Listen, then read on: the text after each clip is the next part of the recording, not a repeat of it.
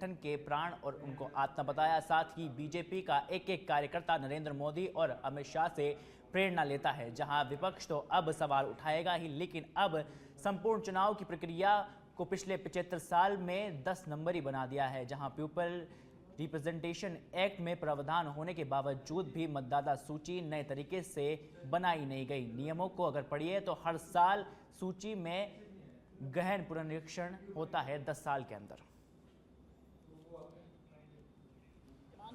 किसी का भी नाम, कोई नाम नहीं छूटना चाहिए, क्योंकि हर नागरिक का अधिकार है कि वो मतदान करे और अपनी इच्छा के अनुसार सरकार के लिए काम करे। तो उनका डर समझ में आता है। दूसरी चीज़ क्या है, हर चुनाव में जब वो हारते थे तो ईवीएम का हलवा खड़ा करते थे।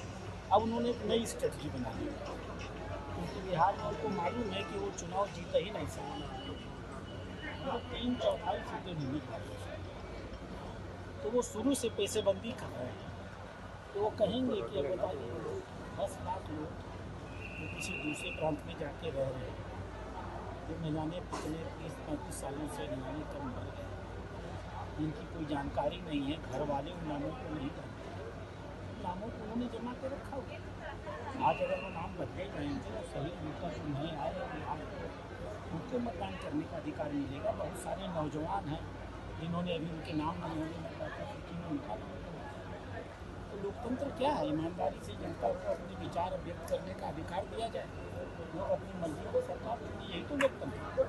तो मैं तो चुनाव आ गया, हमारा ये काम नहीं है, लेकिन चुनाव आयोग सोते सोते अगर जगी और उसे अपना भाई क्या समझ में सबको खुश होना चाहिए, और मैं भी खुश हुई।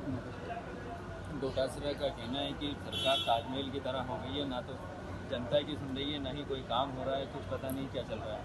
अब ये बात इन्होंने कैसे कह दी, उनके मुस्लिम वोट बड़े नाराज हो जाएंगे। उनके पास मुसलमानों की बचा ही नहीं प्रदेश में। अगर ताजमहल के ऊपर इस तरह से कमेंट कर रहे हैं कि ताजमहल कुछ है ही नहीं, उसका कोई महत्व नहीं है, मतलब कि पैसे की बर्बादी है, उनके अंदर ये नई फीलिंग अगर मुस्लिम विरोधी आ रही है तो मैं उसका स्वागत करता हूँ।